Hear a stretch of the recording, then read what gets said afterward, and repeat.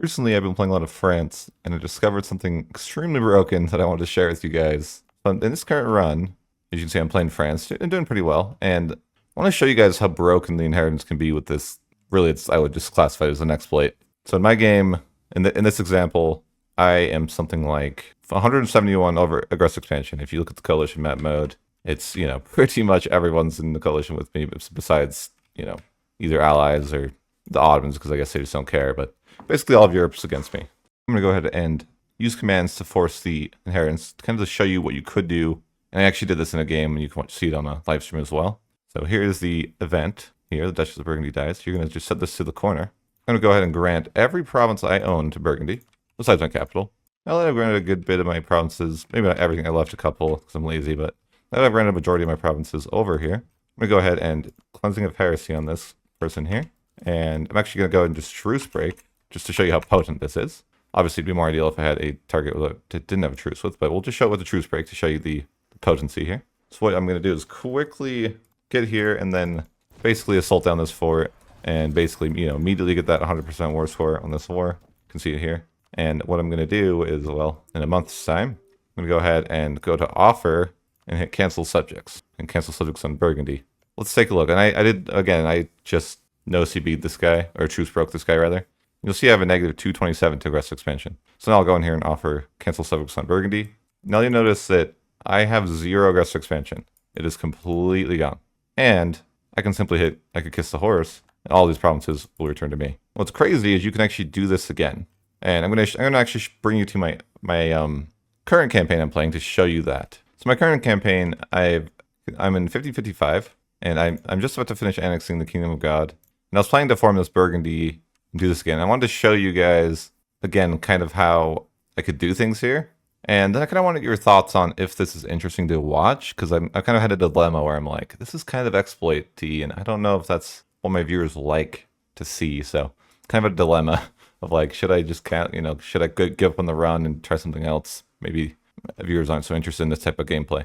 And through my testing, I learned that if you want to give provinces to someone, you have to full state them. If you go to the diplomatic map mode, which is actually super useful, you can see which ones are full states, so these ones aren't. However, things that are already core to Burgundy, I don't need to full state. But if I want him to get the cores that I have on provinces, I actually have to. And I'm going to unstate stuff in this case, I need to actually unstate some stuff because I'm over gov cap. And I can unstate Burgundy lands. I just can't unstate stuff that Burgundy doesn't have cores on. So I'm just going to go ahead and unstate what I'm allowed to, I guess you could say. At this point, my plan was to take max loans, like so.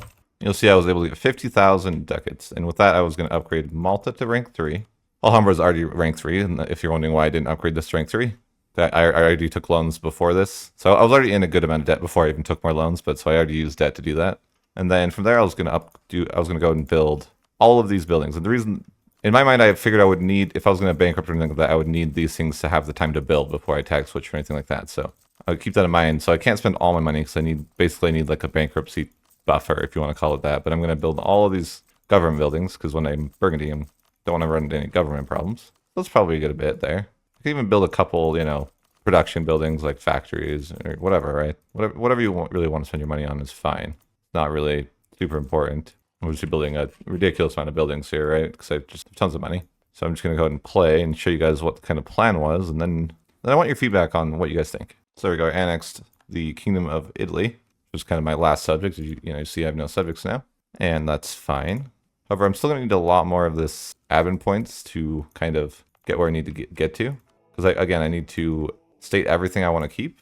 That being said, I wouldn't want to state anything up here because I'm already over gov cap. In fact, I could probably spend some of my points to leave that situation just because I need to core bunch of stuff. And if you're negative admin efficiency, it costs more to core stuff. And I would definitely want to start coring up these stuff here because you can't half state stuff. I had left some stuff half stated because of gov cap issues, but you really can't leave anything like this. Before I give it all away, I would need to do something like this. In the interest of time, I'm actually not going to state everything up just because you kind of get the point, right? If stuff's not stated like this, it's going to state on France. So that's just how it works. So, but I would want to state up, basically everything I could.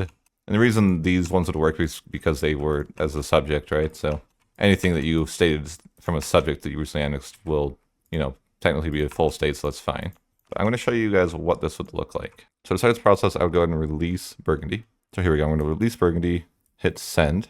Now I've granted everything to Burgundy. Something kind of silly, and I'll show you I'll show you what that looks like. I'm gonna go ahead and attack ZU over here. And yeah, just go for it. And of course, I'm actually gonna now disband all my armies and navies. Just get rid of everything. Shift click these all and get rid of them. So I now have no navies or no armies, which is perfect. I love to see it. Now I'm gonna go over here and I'm gonna offer ZU to cancel subjects in Burgundy. But before I select accept, I'm gonna go ahead and hit this Burgundian succession. So I'm gonna put that in the corner, go back to this offer menu, go ahead and just offer to give up Burgundy, hit send. Fourth war of French aggression. Now I'm a proper OPM, love to see it. And we're gonna go ahead and kiss that horse and get all of it back. Now, if you were just gonna play France from here, well, you just got rid of all your aggressive expansion, so that's cool. Kind of ridiculous. In this case, we're actually gonna form Burgundy. So now we're gonna release the subject, hit Burgundy, and select play as release subject. But before I do that, actually, I'm gonna cut some ties, dissolve this alliance here. So now that that's all done, I'm gonna go ahead and release Burgundy. Click play as release subject. And you'll notice I didn't core everything and I showed that earlier, but obviously I have most of it, and like this is a great project strength 3 anyways. So now we are a subject nation, but that's also fine. And we're gonna go ahead and state up everything. And from this point I would probably half state everything because it's a little too much to actually state everything. And I guess I would do this the macro build to be faster. Just go ahead and state up everything. So I probably need to state and then unstate everything. Kind of stabilize. So state up everything, unstate everything. Now restate everything again. And from here, I would probably want to grab my reforms. Or something like this, this. A couple of notes, your professionalism does transfer over with you, so that is nice.